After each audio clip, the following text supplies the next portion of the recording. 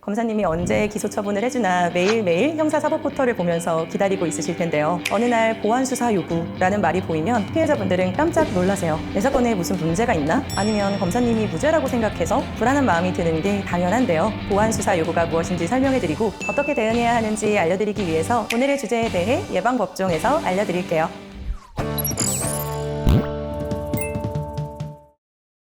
시민이의 법률 지식 예방접종 콘텐츠 예방법종. 안녕하세요. 시민이의 대표 변호사 심지연 변호사입니다. 예방법종 콘텐츠에서는 시청자 여러분들이 미리 알아두면 좋을 법률 지식이나 팁들을 알려드리려고 합니다. 꼭 필요하신 정보들을 전달드릴 수 있도록 많은 관심과 응원 부탁드립니다. 우선 오늘의 주제는 불송치 이의 신청과 보완수사 요구인데요. 전문적인 용어여서 아마 익숙하지는 않으실 텐데 요즘 검찰 단계에서 피해자분들이 자주 보게 되는 보완수사 요구가 무엇인지 설명해드리고 그런 보완수사 요구가 떨어졌을 때는 어떻게 대응해야 하는지 알려드리기 위해서 오늘의 주제에 대해 예방법정에서 알려드릴게요.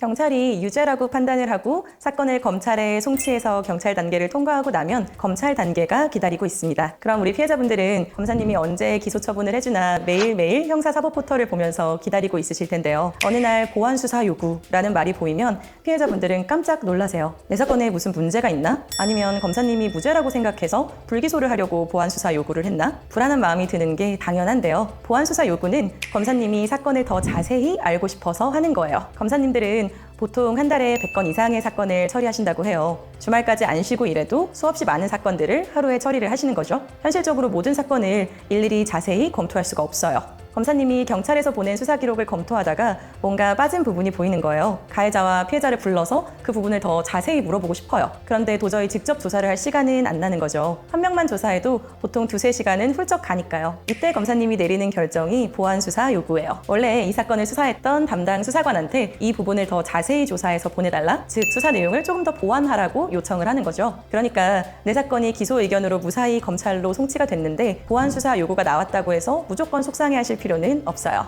검사님이 무죄다, 불기소다 라고 생각해서 그런 게 아니라 정확한 판단을 하기 위해서 사건을 더 정확히 알고 싶어서 그런 거예요. 실제로 보완 수사를 한 다음에 검사님이 기소 처분을 하는 경우가 많아요. 검사님은 무죄라고 생각했던 게 아니라 유죄라고 생각을 하는데 기소 처분을 하기 위해 근거 자료를 더 확실하게 준비하기를 원했던 거죠. 보완 수사가 나오면 경찰 수사관님에게 그 내용을 물어보세요. 검사님이 보완 수사 요구를 했으니까 검사실에 전화해서 그 이유를 물어보는 경우가 많은데 사실 검찰에서는 아마 절대 이유를 알려주지 않을 거예요. 그럼 어떻게 해야 하느냐? 실제로 그 보완 수사를 진행할 담당 수사관님께 물어보면 돼요. 수사관님들은 대부분은 보완 수사 내용을 어느 정도 솔직하게 알려주시거든요. 검사님이 보완 수사 요구를 할 때 어떤 부분을 추가로 수사할지 내용을 자세하게 써서 경찰로 내려보냅니다. 어떤 내용을 더 조사해달라, 어떤 자료를 더 받아달라 라고 구체적으로 지시하는 경우가 많아요. 그래서 보완 수사 내용을 알면 어떤 부분에서 추가로 수사가 진행될지, 어떤 자료를 더 내야 하는지 미리 알고 준비할 수 있어요. 보완 수사 내용을 알면 검사님의 마음을 간접적으로 알 수가 있어요. 검사님이 어떤 부분을 중요하게 생각하는지가 보이기 때문인데요. 예를 들어 피해자 조사를 추가로 해서 진술을 더 구체적으로 받아오라고 하거나 피해자의 주장을 뒷받침하는 증거를 더 확보하라고 했으면 검사님께서 유죄라고 생각했을 가능성이 높아요. 재판을 대비해서 기소 전에 근거 자료를 더 확실하게 준비하려고 보완 수사를 지시한 거거든요. 반대로 가해자를 추가로 조사해보라거나 가해자 주장을 뒷받침하는 증거를 더 확보하라고 했다면 검사님이 이 사건을 조금쯤 무죄라고 생각하고 있을 가능성이 높아져요. 물론 그렇다고 해서 그냥 포기하거나 너무 안심하면 안 되겠죠. 결국 검사님은 그 보완 수사가 끝나면 추가된 내용을 보고 최종 결정을 하겠다는 거거든요. 여기서 결과가 얼마든지 뒤집힐 수 있어요. 그래서 보완 수사부터가 본격적인 싸움입니다. 우리는 검사님이 어떤 부분을 중요하게 생각하고 있는지 알았으니까 이 부분에서 나에게 유리한 증거를 더 찾아보고 좋은 피해자 의견서를 제출해서 검사님을 설득하고 또 내 편으로 만들어야 돼요.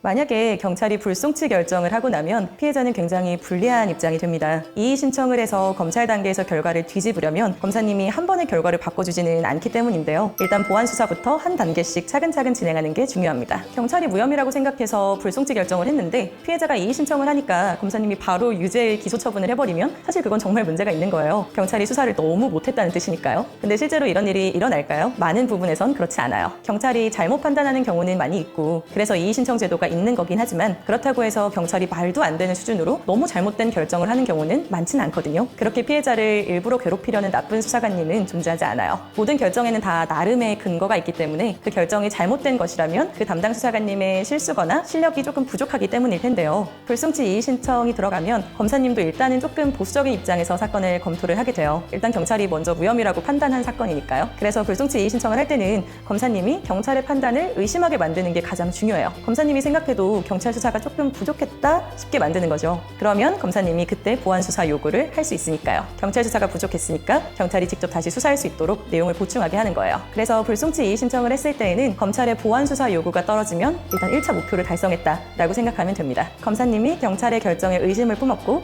그때부터는 결과가 뒤집힐 가능성이 충분히 존재하는 거니까요. 여기까지만 와도 절반은 성공한 거예요. 그 다음이 검사님의 보완 수사 지시사항이 뭔지 알아내는 겁니다. 불송치 결정의 경우에도 검사님이 어떤 부분의 보완 수사를 지시했는지를 보면 어떤 부분을 중요한 근거로 생각하는지를 알 수 있어요. 불송치 이의 신청 후의 보완 수사 요청은 검사님이 의심하는 부분이 생겼다는 것이고 그 부분을 잘 소명하면 이 사건의 결과가 뒤집힐 수 있다는 뜻이기 때문에 보완 수사 내용을 먼저 아는 게 중요해지는 거죠. 내가 어떤 부분에 더 자세히 주장하고 증거를 추가적으로 제출해야 하는지 알 수 있습니다. 아주 가끔 보완 수사 내용까지 완전히 비밀로 하는 수사관들이 있는데요. 그래도 웬만하면 보완 수사 내용의 방향 정도는 피해자한테 알려주려고 하니까 너무 무서워하지 말고 적극적으로 물어보세요.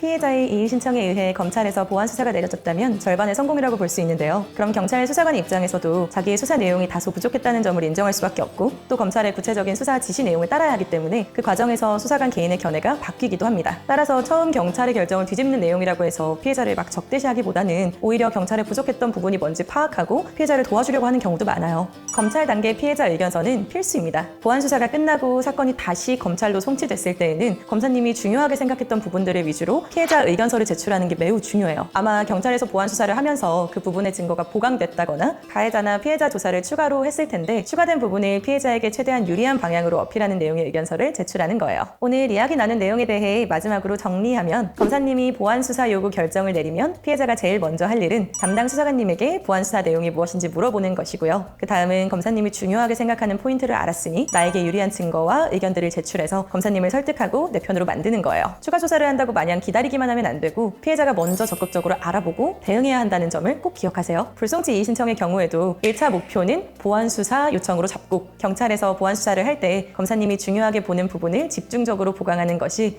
피해자에게 가장 유리한 사건 진행 방법이라는 점을 꼭 기억하시면 좋겠습니다.